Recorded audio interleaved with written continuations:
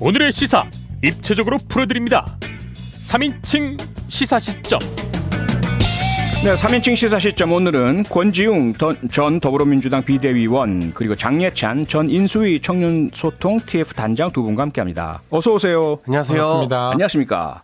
유튜브로 저희 모습 지금 생중계되고 있으니까요. 유튜브 MBC 라디오 시사 채널로도 함께해 주시면 감사하겠습니다. 오늘은요. 뉴스 하이킥 실시간 좋아요 이벤트를 시작합니다. 뉴스 하이킥 생방송 유튜브 화면 아래에 좋아요 버튼이 있습니다. 엄지가 올라간 좋아요 버튼을 꾹 누르시고요.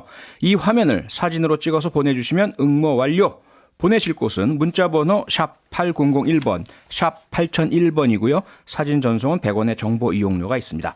추첨을 통해서 한 분께 치킨 쿠폰 보내드립니다. 당첨자는 오늘 저녁 7시 35분에 발표해 드립니다. 네. 오늘의 이슈, 장예찬 단장께서 주목하신 오늘의 이슈 무엇입니까? 네, 이 문제 점점 더 커지고 있는데요.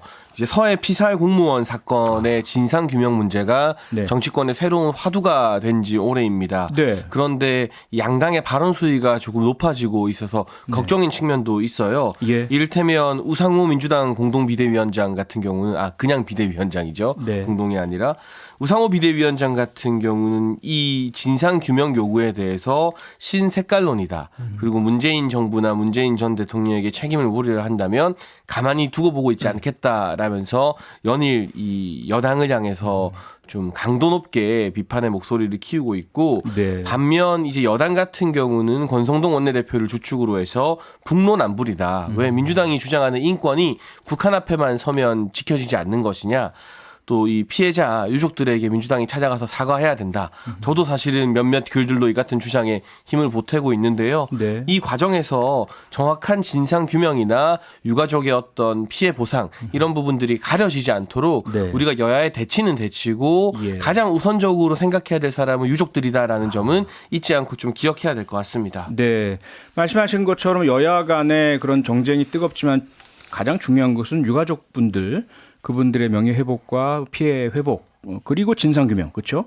그러면 그 핵심적인 쟁점 속에서 가장 중요한 부분은 무엇이라고 보세요? 지금 뭐 대통령 지정 기록물을 열람하느냐 마느냐 이런 부분도 화두가 되고 있는데 예. 저는 책임 소재를 좀 가려낼 부분은 필요하다고 봐요. 왜냐하면 100% 월북이 확실하다는 증거 없이도 이 돌아가신 분과 유족분들이 월북이라는 오명을 쓰고 2년의 시간을 힘겹게 보내지 않았습니까? 네. 그럼 분명히 당시 해경이나 국방부에 그러한 어떤 의도를 가지고 지시를 내린 책임 주체가 있을 겁니다.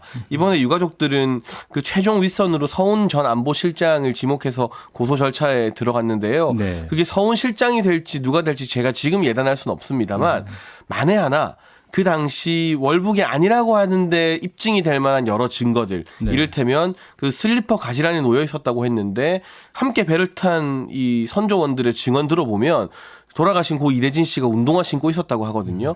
이런 진술들을 누군가 의도적으로 가렸다면 그 사람을 밝혀내고 책임을 묻는 게 네. 핵심이라고 생각을 하고요. 네. 그 외에 대통령 지정 기록물 열람 같은 경우는 여야가 논의해야 될 사안이지만 제가 봤을 때 그거를 못 듣는다고 해서 열람을 안 한다고 해서 이 사건의 진실을 못 밝히는 건 아닌 것 같습니다. 그렇다면 당시에 좀 섣불렀던 월북자 발표에 의도가 있었는지 의도가 네. 있었다면 그 같은 의도를 주입한 책임자가 누군지 진상 규명을 해내는 게 핵심이 아닐까 싶습니다. 네. 권지웅 비대위원은 지금 장예찬 단장께서 짚어주신 가장 중요한 핵심 쟁점, 책임 소재를 밝히는 것이다. 어떻게 생각하세요?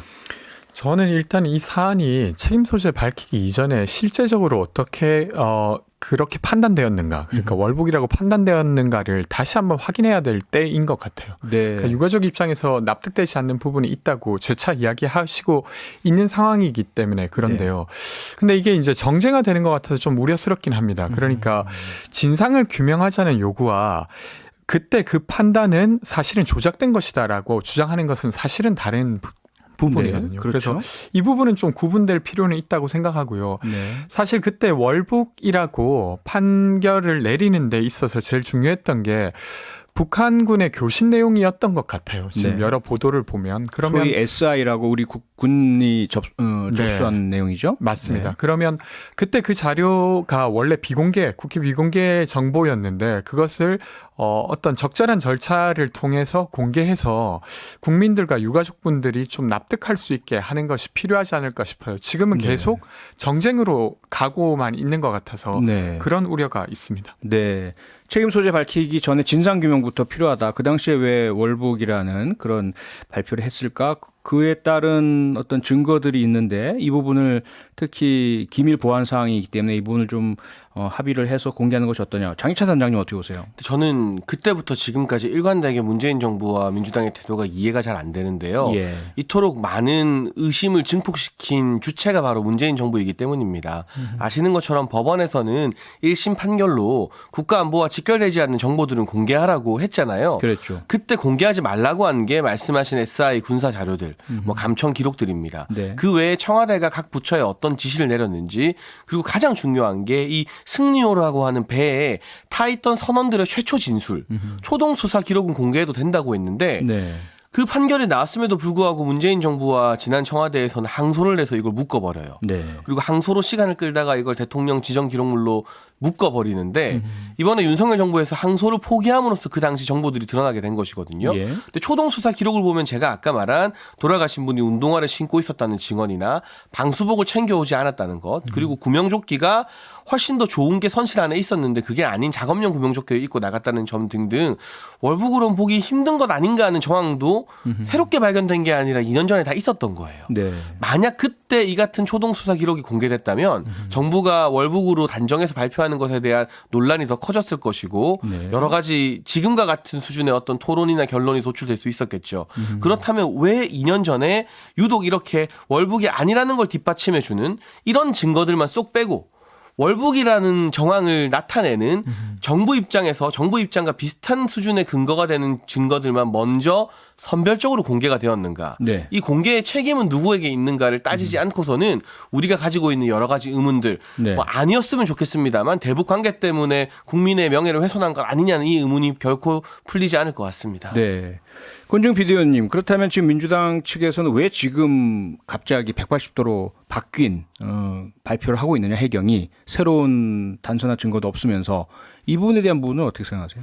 그러니까 저도 그 부분이 좀 의아합니다. 그러니까 그때 황희 당시 의원이 이 관련한 조사의 팀장이었는데 네. 그때 발표 내용을 보면 예를 들면 슬리퍼와 관련된 것 혹은 아니면 채무가 있었다는 것 혹은 아니면 구명조끼 이 부분이 핵심이 아니라 사실 교신 내용을 토대로 했을 때 월북의 의사가 있던 걸로 보인다. 당시에도 그렇게 발표했어요. 그러면 이 결론이 뒤집히려고 하면 아까 아주 가장 중요하게 여겼던 그 정보에 대한 반박이 있어야 되거든요. 근데 그런 자료를 이번에 해경 발표 자료 그리고 국방부 자료에서도 보기가 어려웠습니다. 그래서 저도 좀 의아한 부분이고요. 근데 저는 이 부분이 뭐 북한과의 관계를 위해서 이렇게 했다고 주장하는 건 저는 과도하다고 봐요. 왜 그러냐면 당시에도 이 문제가 터졌을 때 북한에 공개적으로 민주당이 문제를 제기했고 정부와 함께 그리고 김정은 위원장의 사과가 있었던 거고요. 그러니까 이것을 숨긴 게 아니라 공개적으로 비판하고 답변을 얻어냈던 것이고 당시에 이제 사건이 인지되고 나서 물론 조금 늦긴 했지만 수색이 바로 진행되었습니다. 네. 물론 그렇게 주장하시기도 하죠. 왜 3시간 동안은 다른 조치를 안 하다가 그 실종되었다는 인지가 있은 후 3시간이나 지나서야 했냐는 비판은 저는 좀 달게 받아야 된다고 생각하지만 그럼에도 불구하고 해군과 해경이 실종자를 찾기 위해서 노력했는데 그때 못 찾았던 사안이에요. 네. 그러니까 단지 이게 어떤 북한과의 관계를 위해서 조작되었다는 식으로 논의되는 것은 저는 부적절하다고 봅니다. 네. 진실 규명이 필요하다는 부분은 두 분 다 동의하시는 것 같고요. 그런데 지금 권중 비대위원은 색깔론으로 몰아가는 것은 좀 성급하고 문제가 있지 않냐. 이 부분은 어떻게 보세요, 장찬? 저는 우리 국민들이요 그동안 뭐 색깔론이다 북풍이다 하는 것들이 하루 이틀 나온 게 아니잖아요. 네. 딱 봐서 견적이 안 되는데 말이 안 되는데 억지로 북한을 끌어들여서 정치적 메시지를 던지면 그 누구보다 먼저 우리 국민들이 분별하고 판단을 한다고 봐요. 네. 이제 그런 근거 없는 색깔론이 먹힐 시대는 지나도 한참 지났죠. 예. 과거 2018년도 평창 올림픽 거치고 남북 관계 화해 무드가 한때 접어서기도 하고 지금 생각하면 참 어처구니 없지만 김정은 위원장에 대한 여론조사했을 때 국내에서 호감도가 높았던 적도 있잖아요. 네. 그러니까 단순히 색깔론이 아니라 뭔가 석연치 않고 의심의 대목이 분명히 있을 때만 우리 국민들이 반응하시는 건데 네. 지금 이 사건 같은 경우는 유가족의 심정에 국민들이 많이 공감하는 건 이게 색깔론이어서가 아니라 진짜 의심스러운 정황이 너무나 많기 때문에 국민들께서 궁금해하시고 이거 진상규명해야 된다라고 목소리를 낸다고 보기 때문에요. 네. 우상호 비대위원장 뭐 색깔론적 접근이라고 또 민생이 중요하지 이걸 마치 지나간 일 취급하고 별로 중요하지 않다고 말하는 거나 오늘 서른 의원 민주당 중진인데 참 큰 말실수를 하셨어요. 뭐 이까짓 게 뭐가 중요하다고 이런 식의 발언을 하셨다가 네. 본인도 아차했는지 방금 그 발언은 지워달라고 하셨잖아요. 네. 근데 오선 중진 의원이 입 밖으로 내뱉은 말이 어떻게 지워달라고 한다고 지워집니까? 이게 기본적으로 민주당 정치인들의 인식, 북한과 관련된 문제에서 우리 국민의 생명이나 목숨보다는 좀 대북 관계의 틀을 깨고 싶지 않아 하는 인식이 짙게 깔려 있는 것 아니냐는 비판을 받을 만한 발언들이 우상호 비대위원장이나 서른 의원 등에게서 속속 나오고 있기 때문에 네. 이게 색깔론이 아니라 국민적 관심을 받는 의심 사안으로 의혹 제기로 번지고 있는 것 같습니다. 저는 뭐 권준기 그렇게까지 하는 건 좀 과한 것 같고요. 그 사실 국민들이 많이 공감하는 사안인 것은 분명한 것 같습니다. 예. 2014년에 저희가 세월호 사건도 겪었던 바 유가족 그렇죠. 입장에서 여전히 석연치 않다고 하면 저는 더 공개해야 된다고 생각해요. 네, 네. 그래서 거기에 있어서는 장해찬 당장님께서 이야기하신 바가 맞다고 생각하고요. 근데 네. 사실 이 문제를 제기하는 분들 중에서 하태경 의원 같은 경우는 이건 분명히 조작됐다는 이야기를 계속 여러 차례 하고 있습니다. 결론을 근데 아직 내버린단 말이죠. 네, 그럴 만한 분들이. 상황까지는 아닌 상황인데도 그렇게 이야기하시니까 네. 민주당에서 좀 과하게 대응하는 부분도 있었던 것 같습니다. 알겠습니다. 어쨌든 진실이 가장 중요하다로 귀결되는 것 같고요. 진실이 꼭 규명되고 책임이 있는 사람이 있다면 책임을 꼭 지기 바랍니다. 지금 이건 그 당시건 누가 거짓을 말했는지 말이죠. 네, 다음으로 권주용 의원이 주목한 오늘의 이슈는 무엇입니까? 저는 물가 이야기를 좀 가져왔습니다. 네. 이건 뭐 단지 뭐 윤석열 정부를 비판하겠다는 의사라기보다 이걸 좀 저희가 잘 다뤄야 되지 않을까 하는 건데요. 예. 제 친구 최근에 그 이제 소위 김밥 땡땡이라고 하는 곳에 가서 네. 김밥 하나에 라면을 하나 시켰는데 네. 8,000원 넘게 나오더라는 김밥과 거예요. 라면만 시켰는데요. 근데 이제 참치김밥까지 하면 이게 9,000원에서 거의 10,000원까지 이제 가는 상황이라서 물론 이제 요즘 점심값이 많이 비싸진 건 저도 느끼고 있습니다. 그래서 네. 뭐 런치 인플레이션 뭐 이런 말까지 있더라고요. 근데 네. 이런 상황인데 사실 이 물가라고 하는 게 전반적으로 경제 이 문제를 어떻게 해결해야 되는 것도 있지만 물가가 상승함으로써 어려움을 느끼는 정도는 저는 계층별로 좀 다를 수 있다고 생각해요. 그렇겠죠. 그러니까 아무래도 임금이 많이 높지 않았던 계층을 중심으로 이 문제가 더 크게 와닿을 텐데 네. 그들을 위한 대책이 저는 지금 윤석열 정부에게는 보이진 않습니다. 네. 그러니까 유류세 인하라든지 관세 인하 뭐 이런 것들은 그게 나쁘다기보다 실제로 저소득층 분들에게 도움되는 조치는 아니에요. 법인세 인하도 마찬가지죠. 네, 예를 들면 법인세 인하도 기업 면에서는 순이익이 증가하는 부분이 있겠지만 이명박 정부 때도 그랬고 그리고 트럼프 때 법인세 인하를 했던 걸 보더라도 실제로 그게 임금 상승이라든지 아니면 투자 유치라든지 이렇게 연결되는 게 아니라 예. 사내 유보금 정도가 늘어나는 정도 이렇게 했던 경험이 있습니다. 그러니까 네. 지금 되려 이제 물가 관련해서 제대로 된 대책을 고민 안 하시는 게 아닌가 이런 우려를 좀 이야기 드리고 싶었습니다. 어떻게 보세요, 장익찬 단장님? 지금 대통령께서도 오늘도 물가가 중요하다, 물가 잡기에 최선 다하겠다는 말씀을 하셨는데 문제는 지금 나오고 있는 정책 방향이 서민들 가장 큰 타격을 입는 분들보다는 기업들, 돈 많은 사람들을 위한 세금 인하 쪽으로 나가고 있다. 이거 잘못된 거 아니냐 어떻게 보세요? 근데 저는 그렇게 생각하지 않아요. 지금 전체적으로 글로벌 경기가 매우 안 좋은 쪽으로 향하고 있는 사이클인데 예. 이때 기업을 더 옥죄게 되면 권지웅 전 비대위원이 말씀하신 것처럼 한계 상황, 아슬아슬한 상황에 놓여 있는 임금 근로자들 먼저 일자리를 잃을지 모릅니다. 그렇기 때문에 법인세 완화나 여러 가지 투자 유인 정책으로 계속 고용을 유지하거나 오히려 이 상황에서 고용을 늘려날 요인을 주는 건 반드시 필요한 정책이라고 생각하고요. 네. 동시에 대통령의 직접 메시지가 그 무엇보다 강한 정치적 언어인 것인데 그렇죠. 물가 물가 대책, 특히나 서민 물가 대책에 대해서 지속적으로 대통령이 직접 메시지를 내고 있고 이번에 유류세 같은 경우도 전례 없이 많은 뭐 30% 이상 거의 40% 가까이 이제 빠진다고 하잖아요. 인하된다고 하고 있고 또 전기요금이나 각종 공공요금의 인상 시기가 사실 문재인 정부에서 순차적으로 인사를 시켰어야 되는데 그렇지 못해서 타이밍을 많이 놓친 것들이 있음에도 불구하고 인상을 억제하는 것. 네. 또 계속해서 나오고 있는 메시지 중에 제가 오늘 눈여겨보는 것은 이제 금리가 높아지면서 서민이나 중산층의 이자 부담이 상당히 커지고 있는 것 같아요. 네. 또 어렵게 내 집 마련하신 분들이나 전세 대출하신 분들 그렇죠. 그래서 이 서민들의 이자 부담을 낮출 수 있는 특별 방안을 강구하라고 금융당국에 오늘 윤석열 대통령이 직접 지시를 내렸어요. 네. 지금 대통령 취임한 지 이제 막 40일이 됐습니다. 짧은 기간이긴 하지만 그래도 비상한 상황인 만큼 더욱더 경제 챙기는 모습 보여주면서 앞서 말씀드린 물가 잡는 정책뿐만 아니라 금리 인상 시기에 서민들이 피해를 덜 보도록 하는 국가 차원의 금융 대책도 좀 하루빨리 나왔으면 좋겠습니다. 네. 권지웅 비대위원님, 뭐 기업만 살려주는 게 아니다. 기업을 네. 옥죄면 오히려 고용도 문제가 되고 산업이 무너지니까 서민이 더 피해 입는다. 그리고 서민 대책도 챙기고 있다. 어떻게 보십니까? 일단 전 두 가지 면에서 그 부분 좀 반박드리고 싶은데 예. 지금 500대 대기업 기준으로 보면 코로나 시기에도 기업 활동이 되게 원활했습니다. 네. 되려 이익이 더 증가하고 있는 상황이거든요. 그러니까 법인세를 인하해야 될 상황이 아님에도 불구하고 지금 인하한 거예요.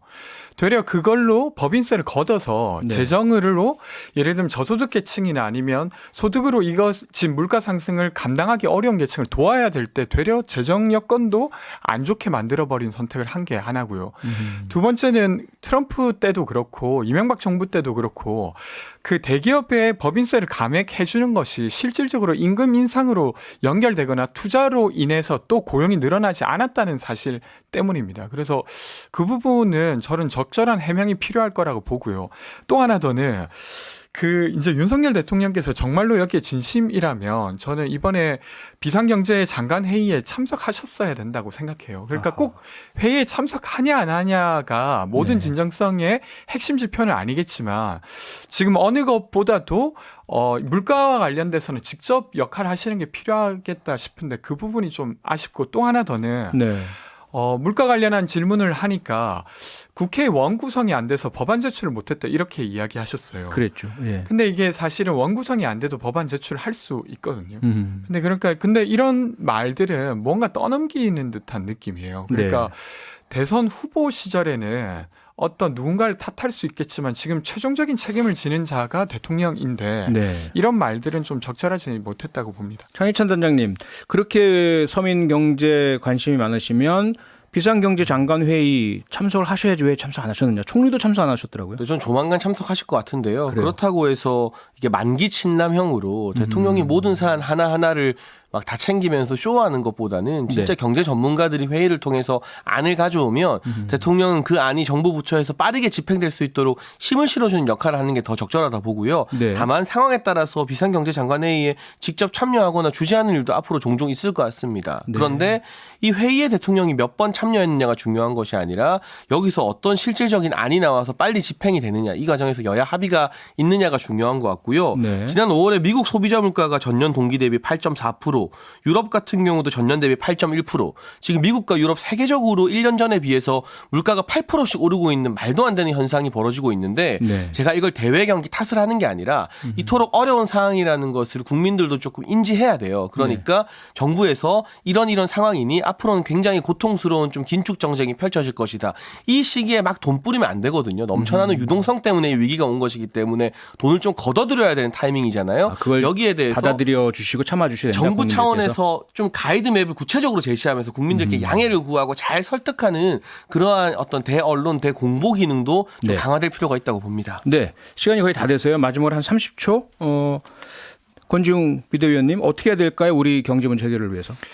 저도 뭐 전문가는 아니어서 네. 딱 짚어서 말씀드리기는 어렵지만 그래도 윤석열 정부에 바라는 부분. 네, 그러니까 감세 정도로는 저는 답이 안 나올 것 같고요. 네. 가계부채라든지 코로나 피해자, 뭐 아니면 중소상인들의 납품 단가 이런 거 구체적으로 답을 찾아야 된다고. 구체적인 답을 생각합니다. 내야 된다. 네. 알겠습니다. 오늘 여기까지 하겠습니다. 권지웅 전 더불어민주당 비대위원, 장혜찬 전 인수위 청년소통 TF 단장 두 분과 함께했습니다. 두 분 수고하셨습니다. 감사합니다. 평일 저녁 6시 5분에 여러분을 찾아갑니다. MBC 라디오 교창원의 뉴스 하이킥.